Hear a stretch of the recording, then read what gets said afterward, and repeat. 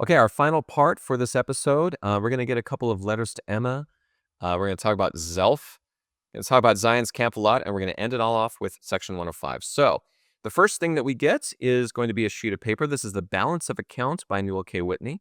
It shows all the debts held by the United Firm members, and if you'd like to know at this time, the total comes out to $3,653.35. And as you can see, it's sort of laid out by who owes what. But these are all the people that are involved in the United Firm, and this is the debt that they had. We get an unpublished revelation here, kids. So I'm just going to light right into it. We read unpublished revelations here, and it states, Kirtland, 28, April 1834. Verily thus saith the Lord concerning the division and settlement of the United Firm, let there be reserved $3,000 for the right and claim of the firm in Kirtland for inheritance in due time, even when the Lord will, and with this claim to be had in remembrance when the Lord shall reveal it for a right of inheritance. Ye are made free from the firm of Zion, and the firm of Zion is made free from the firm of Kirtland. Thus saith the Lord. Amen. Copied from the original by Orson Hyde. Unquote. So we are no longer connected. The earliest copy that we get for this is in the Hyde and Pratt notebook, handwriting of Orson Hyde here. It is in Revelation Book 2, also a handwriting of Orson Hyde, and it is in Revelation Book 1, which John Whitmer writes down, and it is never published anywhere else. So a little context for this, just to be completely clear, the historical introduction gives us this. Given the indebtedness of the firm's members, the intended source of the $3,000 is unclear. It may have come through donations or through assuming more debt. In March of 1834, Joseph Smith directed members in New York to try to raise $2,000, quote, for the relief of the brethren in Kirtland, unquote. Although a 31st of March 1834 letter from Orson Hyde indicated that these efforts had not yet been successful, firm members may have held out hope that funds from New York would still be forthcoming. On the 18th of April, firm member Newell K. Whitney provided Joseph Smith with authorization to obtain a loan between $1,000 and $8,000 in the name of N.K. Whitney & Co. It is possible that the $3,000 was to come from such a loan. And further to this, it may also be that the $3,000 was not necessary money the firm expected to have immediately, but that it was a sum they planned on obtaining in the future. The intended use of the $3,000 is also unclear. The revelation instructs that the money be spent for a right and a claim on inheritances, presumably land, but it is unclear whether that meant land in Missouri. The place designated as the location of the saints' inheritances, or the land in Ohio. The revelation likewise does not specify when the inheritances should be obtained. Deeds to many of the stewardships assigned to firm members were provided on the 30th of April and the 5th of May, 1834, but the revelation seems to imply that the inheritance would be given at a more distant time. So, there's an unpublished revelation for you. After this, we get a letter to the church, April of 1834, published in the Evening and Morning Star. Open letter, and it is part of the 4 intended letters about doctrinal issues. So the theme of this one, of number 3 here, is escaping the corruption of the world. And the historical introduction from volume 3 says, the final installment reproduced here describes the danger of apostasy facing the saints and the tendency of those who reject the faith to become active opponents. The focus on apostasy and false doctrine may have been prompted by the activities of Dr. Philastus Hurlbut, who was excommunicated from the church in June of 1833.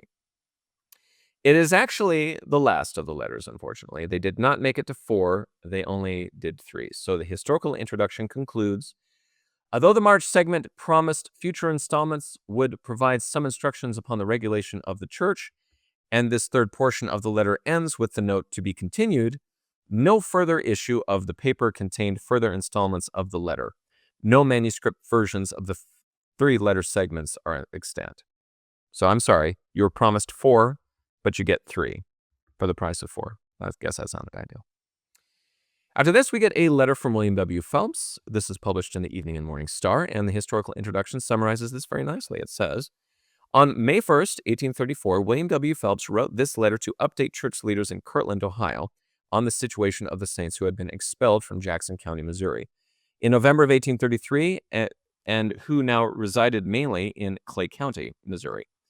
The letter highlights continuing tensions between saints and the residents of Jackson County. tensions that grew as reports circulated that church members intended to regain their Jackson County lands, which the Saints did, in fact, try to do. Church leaders in Missouri petitioned Missouri Governor Daniel Dunklin for military assistance, but the governor did not believe he had the authority to maintain a militia force to protect church members from potential violence after they returned to possess their lands. So that's the open letter you get there. Next thing we get is minutes from a meeting on the 3rd of May, 1834. So let's read them out because there's some very interesting things here. Very interesting things here. It says here, Kirtland, Ohio, May 3rd, 1834. Minutes of a conference of the elders of the Church of Christ, which church was organized in the township of Fayette, Seneca County, New York, on the 6th of April, A.D. 1830. The conference came to order, and Joseph Smith, Jr. was chosen moderator, and Frederick G. Williams and Oliver Cowdery were appointed clerks. After prayer, the conference proceeded to discuss the subject of names and appellations, when a motion was made by Sidney Rigdon and seconded by Newell K. Whitney that this church be known hereafter by the name, the Church of the Latter-day Saints. Appropriate remarks were delivered by some of the members, after which the motion was put by the moderator and passed by unanimous voice. Resolved that this conference recommend to the conferences and churches abroad that in making out and transmitting minutes of their proceedings, such minutes and proceedings be made out under the above title. Resolved that these minutes be signed by the moderator and clerks and published in the Evening and Morning Star. Joseph Smith, Jr., moderator.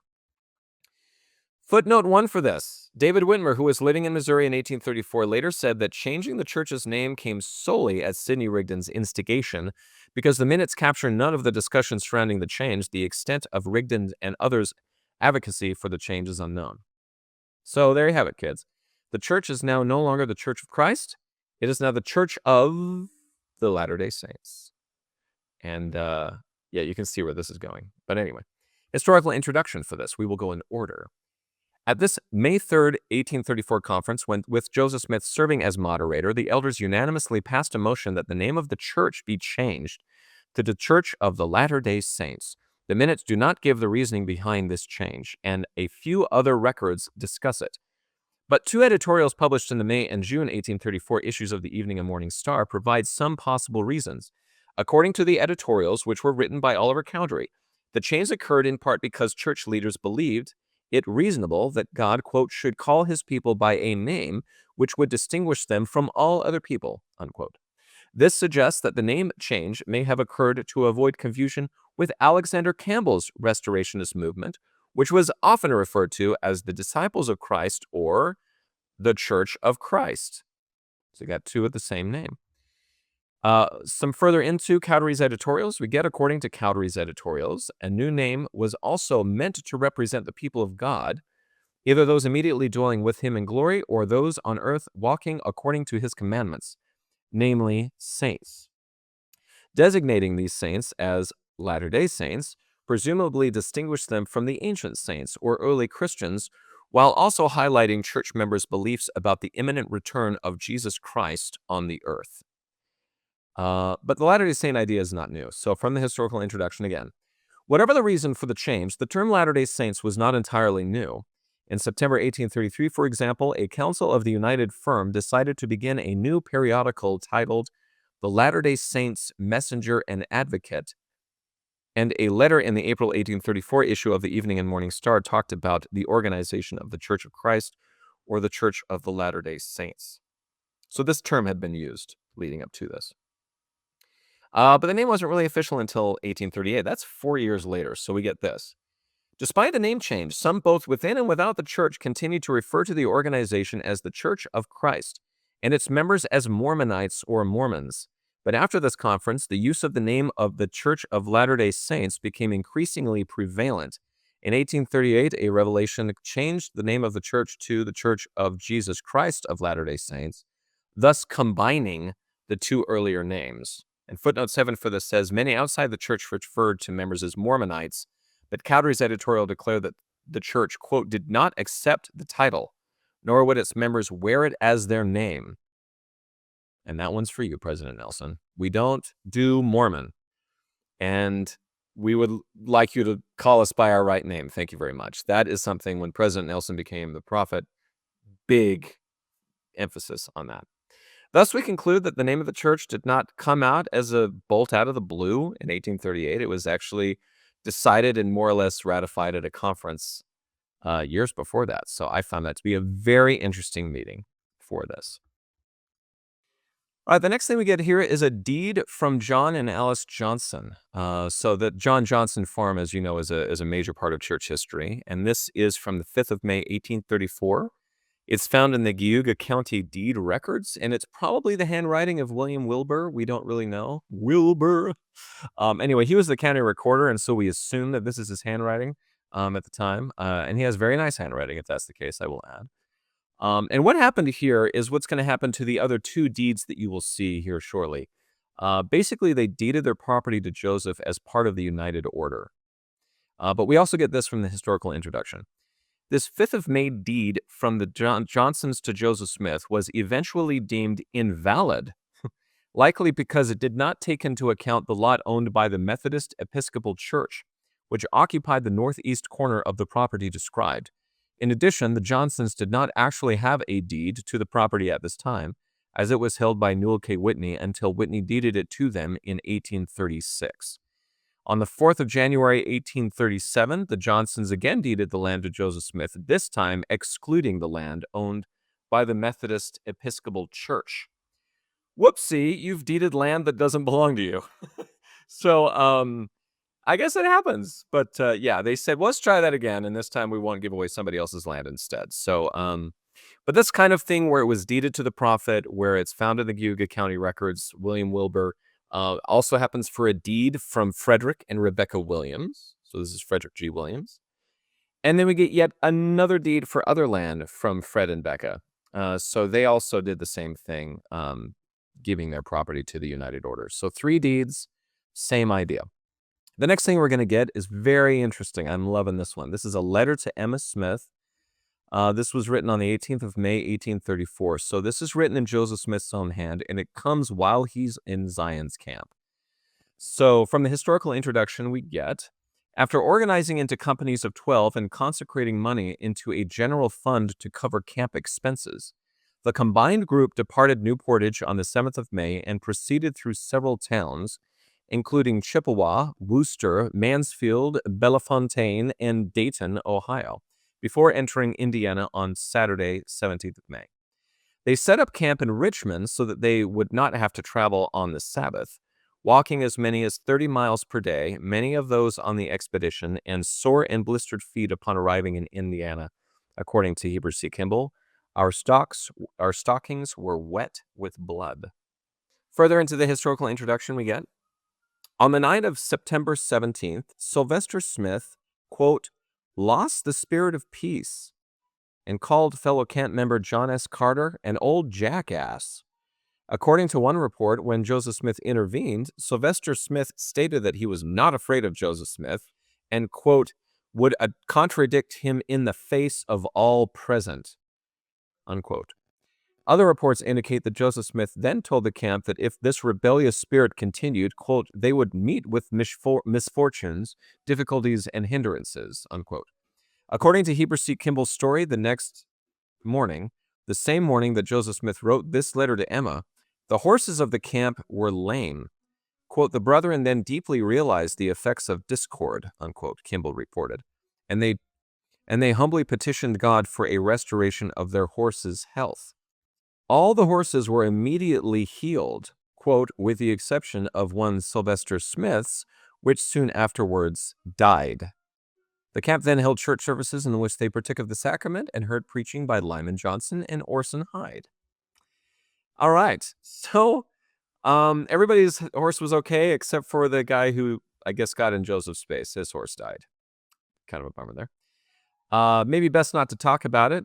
From the historical introduction, it says, Joseph Smith did not discuss any of the camp's difficulties, but instead informed Emma that all was well with the expedition. The letter shows Joseph Smith's concern for his family and his joy in receiving letters from them. It was mailed on the 19th of May. So, given that these are really rare, here is the letter. I'll just read it off to you. 19th, or rather the 18th of May, Camp of Israel in Indiana State, town of Richmond. My dear wife, Meeting being over, I sit down in my tent to write a few lines to you and let you know that you are on my mind, and that I am sensible of the duties of a husband and father, that I am well, and I pray God to let his blessings to rest upon you and the children, and all that are around you, until I return to your society.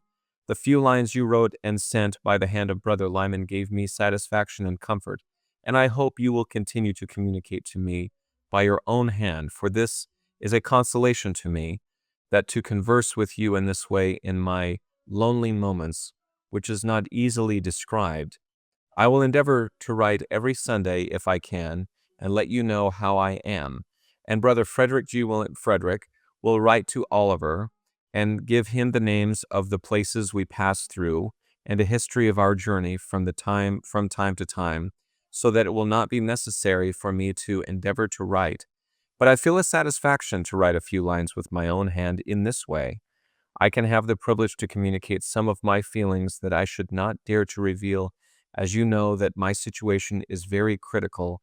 One brother Jenkins and William Jesse and George are all well and are humble, are determined to be faithful, and finally all the Kirtland brethren are well and cannot fail. I must close, for I cannot write on my knees sitting on the ground to edification. Oh, may the blessings of God rest upon you, is the prayer of your husband until death. And then Joseph Smith's signature, as you can see here, is actually cut away. So just an image here that I really appreciate when these sort of things happen. He doesn't have anywhere to write, so he just has a piece of paper and a quill, and he gets on his knees in the dirt, and he's sort of drawing this on his knees, as much as he can. They don't have a nice camp, so I just find that interesting. We get a second letter to Emma. This one is found in Letter Book 2. It's actually the handwriting of James Mulholland, so this is just a copy. The historical introduction says this. On the 4th of June, 1834, Joseph Smith dictated this letter to his wife, Emma Hale Smith, from the eastern banks of the Mississippi River in Illinois, where he and the rest of the camp of Israel had arrived earlier that morning.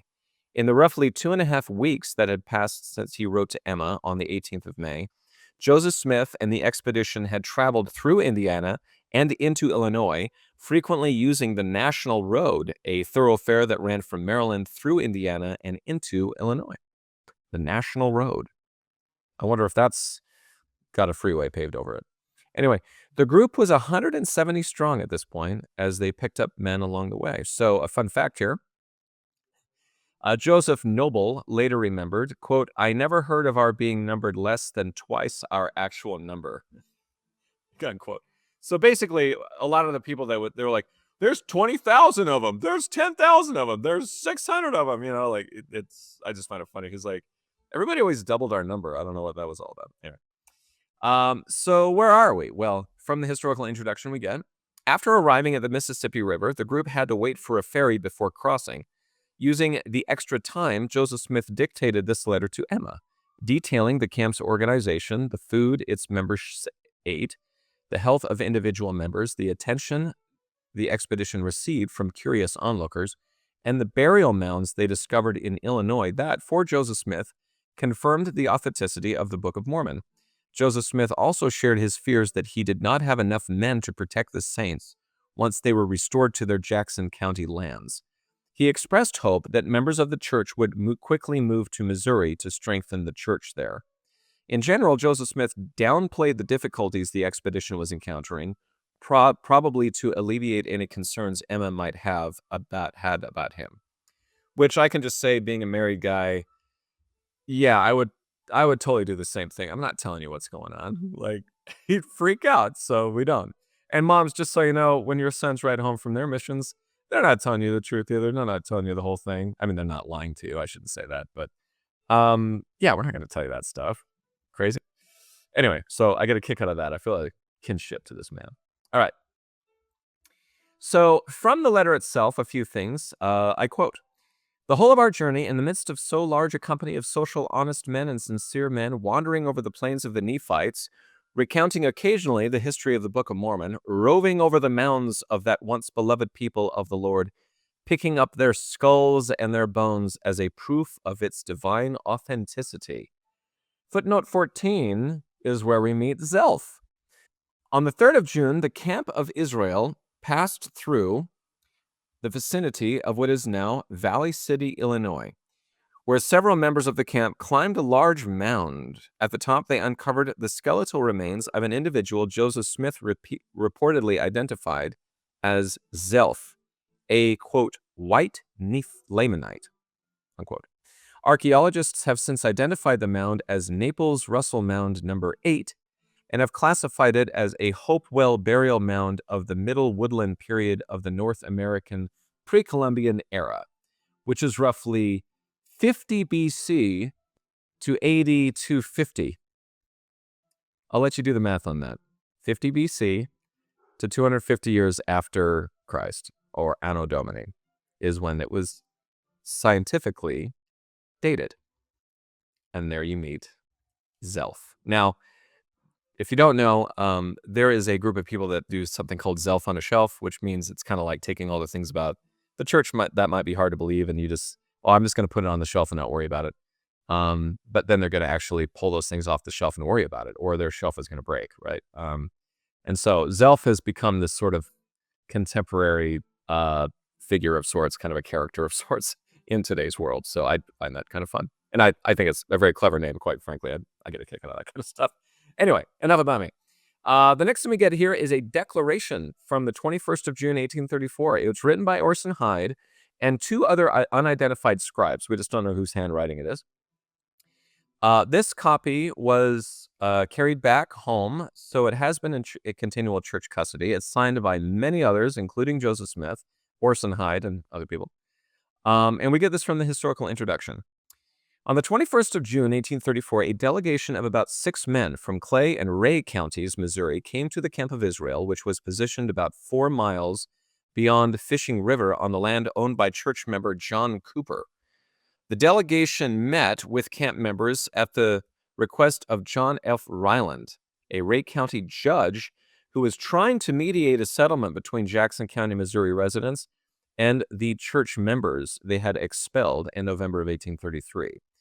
As a result of the discussions, Joseph Smith and others in the camp prepared this declaration, which was prefaced by Clay County Sheriff Cornelius Gillam's statement verifying that the declaration covered, quote, the substance of what passed between them, unquote. So they come armed with not only the sheriff saying, yeah, that's true, but also their declaration of what actually happened and like what their intentions are. However, during the same time, we get the Fishing River story. If you don't know this one, I will repeat it to you. The negotiations notwithstanding, groups of men continued to threaten camp members as they traveled.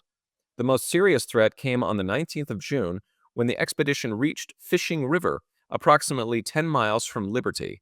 As the group set up camp in an elevated piece of land between the Little Fishing and Big Fishing rivers, they were approached by 5 armed men who warned the camp would, quote, see hell before morning, and claimed that nearly 400 men from Ray, Lafayette, Clay, and Jackson counties were waiting to attack that night.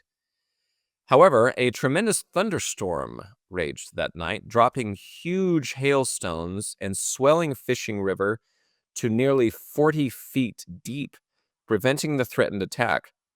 Camp members interpreted the storm as providential. For example, Nathan Baldwin later recalled that, quote, all were conscious that God was engaged in the conflict and thankful that they were under his special care and kind protection, unquote. It's a very famous story that is told about how they were more or less spared without doing a thing. Sort of God fighting their battles for them. We get this is very interesting. I didn't know this part before I read these papers, but this is a speech from Joseph Smith that apparently had a very deep effect on people. So here we go. According to one account, perceiving that Gillam and the other delegation members were gentlemen that appeared to possess humane and republican feelings, interesting, Joseph Smith gave, quote, an open and frank avowal of the camp's views and intentions in immigrating to this country with their arms, unquote. Reuben McBride, a member of the expedition, later stated that the delegation was, quote, very much affected by Joseph Smith's words, and some shed tears, unquote. Thereafter, Orson Hyde put in writing the same sentiments that Joseph Smith had expressed verbally, including a proposed statement to the settlement to the difficulty, and the statement was signed by Joseph Smith and 5 other church members. 5 men from the Missouri delegation signed the statement as well, and Gillum provided a declaration of his purpose in approaching the camp. So apparently Joseph gave this amazing speech that had people in tears, I guess. Lastly, from this we get, by that time, the camp of Israel was beginning to disband in accordance with a June 22nd, 1834 revelation that stated camp participants no longer needed to redeem Zion. Joseph Smith hoped that the disbandment, which was hastened by an outbreak of cholera in the camp, would alleviate the prejudices and fears of those in Clay County. No armed confrontation between the camp and Missouri citizens ever took place. After the initial crisis passed, the Upper Missouri Enquirer published the declaration with Gillum's statement of purpose on the 2nd of July, 1834. And thus ends Zion's Camp. So if this is a little long of an episode, that's why. This is a lot of Zion's Camp stuff. And I've only taken anecdotes from official histories that we have pertaining to Joseph Smith. Again, I know there's more out there. We're just sticking to the Joseph Smith papers. You and me, sticking to the Joseph Smith papers. Our very last thing we have for today then is section 105 from the Doctrine and Covenants. The earliest copy that we get is from Revelation Book 1 in John Whitmer's hand. It's a very clean copy. We also get William W. Phelps's diary and notebook, which is actually in Frederick G. Williams's hand, which is interesting. We get a copy in Revelation Book 2, which is written by Oliver Cowdery, with a bunch of corrections by Oliver Cowdery. So that's what you get in Revelation Book 2. Newell K. Whitney has a copy, which is at his papers at BYU. William W. Phelps has his own copy. Wilford Woodruff has the Book of Revelations that he kept. He put a copy in there. Willard Richards has one in his pocket companion. John Corll has a copy of it. The Book of the Law of the Lord contains a version of this, and the handwriting is of Robert B. Thompson. So that's in the Book of the Law of the Lord. And then we also get it in the Manuscript History of the Church, but it is not found in the original Doctrine and Covenants. So take that. Circumstantially to this, what's our introduction here? Well, our earliest copy gives Revelation given 22nd June, 1834, Clay County, Missouri. We get the same thing for the Hyde-Pratt Notebook, for Revelation Book 2, Wilford Woodruff's Book of Revelations, Richard's Pocket Companion, and the Corll copy. They all just say Revelation, and then they give the date and the place. Newell K. Whitney copy says something a little different. It says Revelation given 22nd of June, 1834, at Fishing River, relative to Zion. And that's the same for William W. Phelps's copy and what you get out of the Book of the Law of the Lord. So there seems to be kind of like 2 introductions. One tells you that you're at Fishing River. The other one tells you the county you're in. And then we get this from the Manuscript History. We get a story about how Lyman Smith was accidentally shot when a horse pistol went off, and he recovered in 3 days. So careful where you point your guns, should you keep them loaded, and all those other gun safety things, I should tell you. Then we get this from the Manuscript History itself. I marched my company into a grove nearby and formed in a circle, with Gillum in the center. Gillum commenced by saying that he had heard that Joseph Smith was in the camp, and if so, he would like to see him. I arose and replied, I am the man. This was the first time that I had been discovered or made known to my enemies since I left Kirtland. Gillum then gave us some instruction concerning the manners, customs, and dispositions of the people, etc., and what course we ought to pursue to secure their favor and protection, making certain inquiries to which we replied, which were afterwards published and will appear under date of publication July 2nd. I received the following. And then we get the Revelation. Modern section headings are also different. So in 1981, we get mob violence against the states in Missouri had increased, and organized bodies from several counties and declared their intention to destroy the people. The prophet had come from Kirtland at the head of a party known as Zion's Camp, bringing clothing and provisions. While this party was encamped on Fishing River, the prophet received the revelation. But in 2013, it changes. It says, under the leadership of the prophet, saints from Ohio and other areas marched to Missouri in an expedition later known as Zion's Camp. Their purpose was to escort the expelled Missouri Saints back to their lands in Jackson County. Missourians who had previously persecuted the Saints feared retaliation from Zion's camp and preemptively attacked some Saints living in Clay County, Missouri. After the Missouri governor withdrew his promise to support the Saints, Joseph Smith received this revelation. Those are two very different stories being told. So that's what you get out of modern section headings. So then we get the rest from the historical introduction, and we get this. Joseph Smith dictated this 22nd of June, 1834 revelation at the campsite of the Camp of Israel on the property of John Cooper, a church member who lived about 4 miles north of Fishing River in Clay County, Missouri. The revelation told members of the Camp of Israel that for the present they were no longer required to redeem Zion by restoring church members to their Jackson County, Missouri lands. By the 22nd of June, it had become apparent that church members would not be able to enter Jackson County without bloodshed, particularly since Governor Daniel Dunklin seemed reluctant to call out the militia to escort them into the county. One resident of Lexington County, Missouri, reported on the 20th of June, quote, "Should they cross the river into Jackson County, there will be a battle and probably much bloodshed." And further down to this, we get the following day, Joseph Smith held a council to determine what steps the camp should take. During the council, he dictated this revelation, which, according to camp participant Joseph Holbrook, quote, "showed the mind of God concerning the redemption of Zion," unquote. According to the revelation, the Lord did not require the camp to redeem Zion through military force at the time. The revelation stated that before Zion could be redeemed, the church's elders needed to obtain an endowment of power in the house of the Lord that was being constructed in Kirtland, Ohio. The revelation also declared that Zion could have been redeemed had church members living outside of Missouri been willing to provide financial support to the Camp of Israel expedition. It was very loud about that. Like, you didn't give us enough money to make this work. So what now? Well, the revelation went on to iterate directions given in previous revelations that saints outside of Missouri were to purchase lands in Jackson County and the surrounding areas and gather to those locations. At some point, the revelation intimated, the armies of Israel might be great enough for the saints to reclaim their lost Jackson County lands, but until then, they should live humbly and peaceably with their neighbors. The revelation also stated that the Lord accepted the offering of those who had participated in the camp. Some camp participants later remembered the revelation indicating that their offering was like the biblical patriarch Abraham's willingness to sacrifice his son Isaac. But that comparison is not in the revelation, suggesting that perhaps Joseph Smith made that declaration to the camp independently. So, how did it go? Okay, we made it all the way here. Not a shot was fired. We didn't get our lands back. If you want to call it that, it was a failure. They didn't get the money. They didn't get the people. They didn't get their lands back. Zion's camp didn't do what they said that they were going to do. The revelation went on to reiterate directions given to previous revelations. That's not what I wanted to say. Historical introduction then gives us this.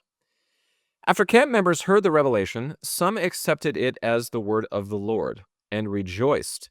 Nathan Baldwin, for example, recalled that the revelation was the most acceptable to me of anything I had ever heard before, the gospel being the exception. Others were not so enthusiastic.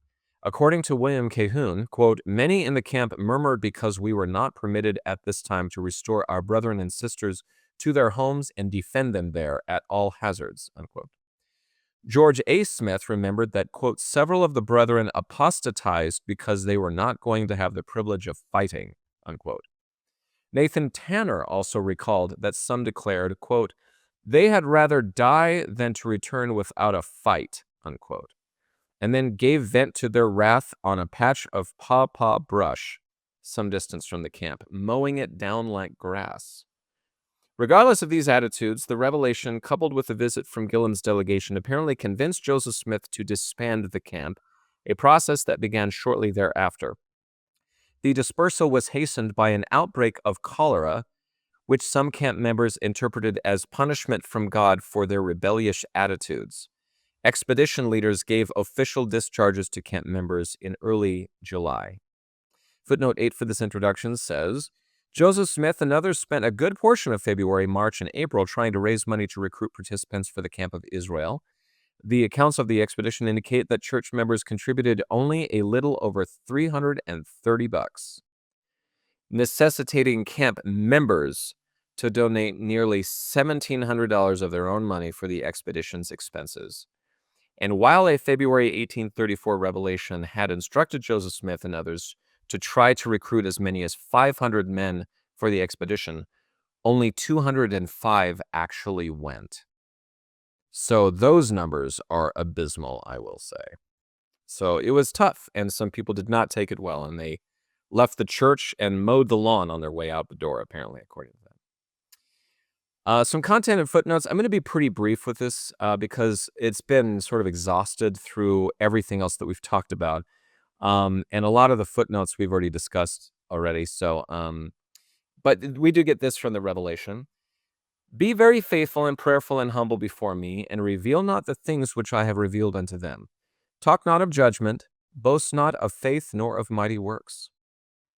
Footnote 18 says, George A. Smith reported that on the 16th of June, Martin Harris, quote, boasted to the brethren that he could handle snakes with perfect safety, unquote, and then offered his foot to a snake and was bitten. The Sangamo Journal also reported that a member of the expedition, quote, who appeared to be a leader, stated to a respectable citizen of this town, which was Springfield, Illinois, that he had himself performed more miracles than were recorded in the Old and New Testaments, unquote. So don't brag about it. Yeah, don't do that. Anyway, the text also gives us this. There has been a day of calling, but the time has come for a day of choosing. And let those be chosen that are worthy, and it shall be manifest unto my servant Joseph by the voice of the Spirit, those who are chosen, and they shall be sanctified. And inasmuch as they follow the counsels which they receive, they shall have power over many days to accomplish all things pertaining to Zion. Footnote 27 for this says, the following day a council of high priests met in order to choose some of the first elders to receive their endowments, being appointed by the voice of the Spirit through Brother Joseph Smith, Jr., President of the Church of Christ. And thus begins a new era in the history of the church, wherein you have the people in the Zion's camp start becoming the first people to receive endowments. They start becoming the first people to become apostles. And a lot of them, well, some of them, I should say, later became presidents of the church, as in like the first four. So pretty significant, this camp. And I have given you the Joseph Smith version of it. And as I've said, we've made it all the way to Documents Volume 3. We've also made it through a lot of the journals, and the original histories have been done. But this is a major change from this point on. So from now on, we're going to be talking mostly about sort of the saints regrouping, regathering themselves. And then we're going to get into some major things about priesthood revelations, the Kirtland Temple itself, the dedication of it, and the manifestations that came from that. So stick with us over the next 2 episodes, and we'll see you next time on Filling in the History.